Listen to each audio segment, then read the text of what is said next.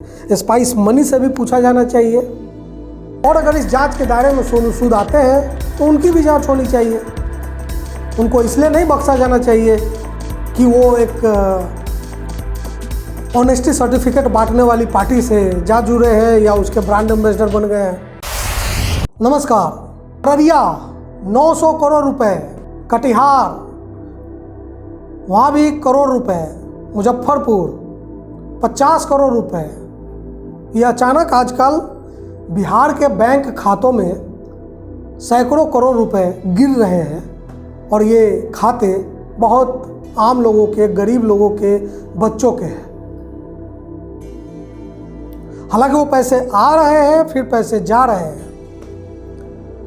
ये मैं बात कर रहा हूँ कि आके, और ये ज़्यादातर जो खाते हैं ये CSP, ये जो गांवों में छोटे छोटे बैंक के साथी के तौर पे छोटे छोटे बैंक ब्रांचेस खोले गए हैं। ये बैंक ब्रांच भी नहीं है बल्कि कुछ ऐसी सुविधाएं हैं जहां पर बैंकिंग ट्रांजैक्शन लोग आधार कार्ड और थंब मार्क्स के जरिए कर सकते हैं। इसको चलाने वाले कुछ एजेंट्स होते हैं और इसको जो तकनीकी बैकअप मुहैया कराते हैं, ये तमाम इसका जो ऑपरेशन संभालते हैं, ये कुछ बड़ी कंपनियां होती हैं। ये बैंक के कोलैबोरेशन में चलती है। अररिया में 900 करोड़, कटिहार में भी कुछ करोड़, मुजफ्फरपुर में भी 2 दिन पहले 50 करोड़। ये 3 घटनाएं अभी पिछले 7 दिनों की हैं। ये पैसे आ रहे हैं।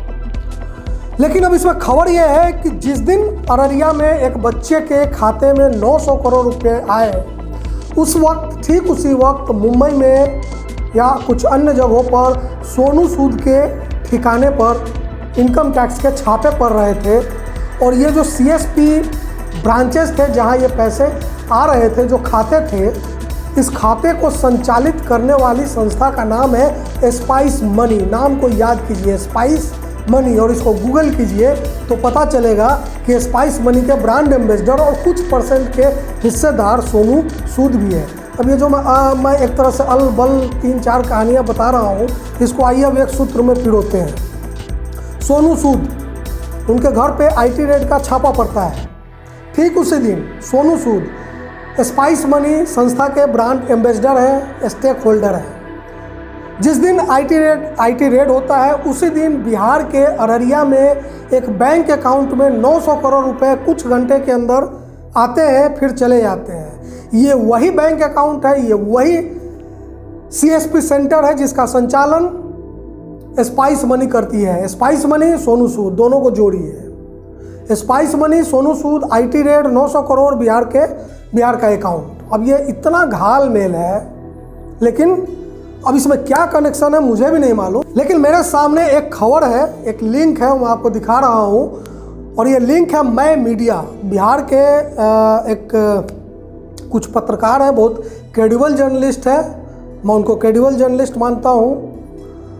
ऐसे लोगों के द्वारा ये चलाया जा रहा मैं मीडिया है।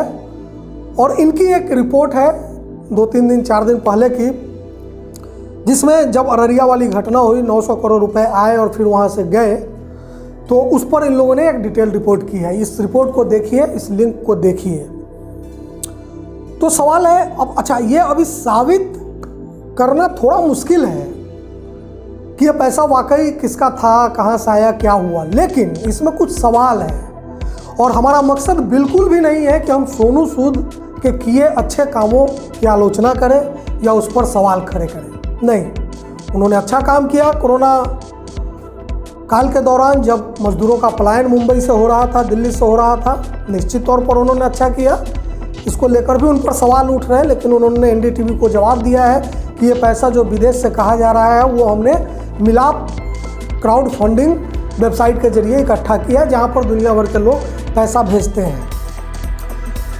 IT का अपना एक तर्क है। IT ने रेड किया और उसने कहा कि इन्होंने 20 करोड़ रुपए की कर चोरी की है, टैक्स इवेशन किया है।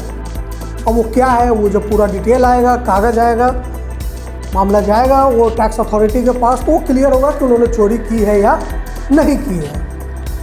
लेकिन अगर आप भारतीय संविधान में यकीन करते हैं और बाबा साहब भीमराव अम्बेडकर की बातों में यकीन करते हैं, तो संविधान सभा के अपने अंतिम भाषण में उन्होंने कहा था कि आप अपने नेताओं या अच्छे लोगों के अच्छे कामों के प्रति कृतज्ञ तो होइए, लेकिन उनके चरणों में मत गिरिए, उनको भगवान मत बनाइए। ऐसा करना डेमोक्रेसी के लिए भी खतरनाक होता है। ये मैं नहीं कह रहा हूँ, ये बाबा साहब की चेतावनी है, भाषण का अंश है। तो चाहे मोदी जी हों, अरविंद केजरीवाल हों या सोनू सूद हो, जो लोग भी अच्छा काम कर रहे हैं वो अच्छा कर रहे हैं, ठीक है, उसकी सराहना करिए। मैं भी कर रहा हूँ कि सोनू सूद ने अच्छा किया। लेकिन अगर कहीं सवाल उठ रहा है, कहीं ऐसा लग रहा है कि कुछ गलत हुआ है, जो मैंने आपको ये कहानी सुनाई कि इन दिनों सिर्फ मैं जो अररिया, कटिहार या मुजफ्फरपुर की बात कर रहा हूँ यही नहीं है। आप इस ट्रेंड को ज़रा तलाशिए, एक नया ट्रेंड बनता जा रहा है महामारी के बीच में कि अचानक लोगों के खाते में बहुत बड़ा रकम आ रहा है। एक घटना, एक अपुष्ट घटना है जिसकी पुष्टि इस वक्त मैं नहीं कर सकता हूँ, लेकिन एक पत्रकार मित्र के द्वारा बताया गया है कि इसी कि पूर्वी चंपारण जिले में भी कुछ गरीब लोग हैं जिनके खाते में उत्तराखंड से कुछ पैसा आया था और उसकी निकासी भी हुई थी। और यह अपुष्ट खबर है, मैं इसकी कोई पुष्टि नहीं कर रहा, मैं करूंगा इसकी पूरी जांच पड़ताल के बाद कि उत्तराखंड की पुलिस भी उन लोगों से शायद पूछताछ करने आई थी। आगे क्या हुआ इसका कुछ विशेष जानकारी इसकी नहीं है, लेकिन मैं उस ट्रेंड को समझना और समझाना चाह रहा हूँ कि अचानक गरीब लोगों के खाते में और छोटे छोटे बैंक अकाउंट, मतलब मेन ब्रांच या बड़े ब्रांचों के जरिए यह काम नहीं हो रहा है। ये CSP सेंटर जो छोटे छोटे गाँवों में एजेंट्स चला रहे हैं और जिसके ऑपरेशन की पूरी जिम्मेवारी स्पाइस मनी या इन जैसी बड़ी फिनटेक कंपनियों की होती है। और ये जो अररिया की घटना है जहाँ 900 करोड़ रुपया आया, ये स्पाइस मनी ही ऑपरेट करती है। तो एक लिंक बनता हुआ दिखता है, तो अगर वो दिख रहा है तो सवाल तो उठता है। ठीक है, आपने अच्छा काम किया, अच्छी बात है, लेकिन अच्छे काम की आड़ में बहुत लोग बहुत गलत काम भी करते हैं। तो अचानक किसी को शैतान और किसी को देवता बनाने की ज़रूरत नहीं है, क्योंकि हमारे देश में कुछ संस्थाएं हैं जो अपना काम करती हैं।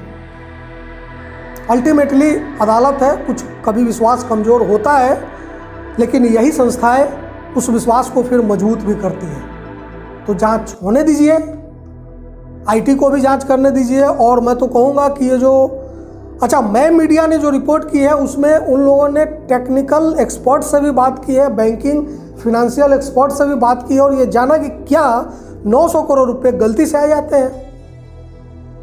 तो इतना मतलब भोला भी बनने की ज़रूरत नहीं है कि 900 करोड़ रुपए या 50 करोड़ रुपए या 1 करोड़ रुपए बार बार गलती इस तरह की नहीं हो सकती है। एक आध बार कभी हो जाए, एक आध जगह हो जाए तो अलग बात है। तो आखिर ये क्या खेल चल रहा है, इसकी जांच भी होनी चाहिए। स्पाइस मनी से भी पूछा जाना चाहिए। और जब स्पाइस मनी से बात होगी और जब एक तरफ IT को डाउट होगा इनकम टैक्स को सोनू सूद के कमाई पर और उसके एक्सपेंसेस पर, तो स्पाइस मनी में उनके स्टेक की भी जांच होगी और होनी चाहिए, इसमें कोई बुराई नहीं है। वो पाक साफ होंगे, पाक साफ होकर निकलेंगे, क्या दिक्कत है। लेकिन इस वजह से कि उन्होंने गरीबों की मदद की, सवाल देखिए, मदद करना अच्छी बात है, उन्होंने की, इसके लिए उनको साधुवाद, लेकिन किसी अच्छे काम के बदले हम किसी व्यक्ति पर उठ रहे सवालों को नकार नहीं सकते, नकारना भी नहीं चाहिए। यह अंततः आम लोगों के हित में ही नहीं है। तो मुझे लगता है कि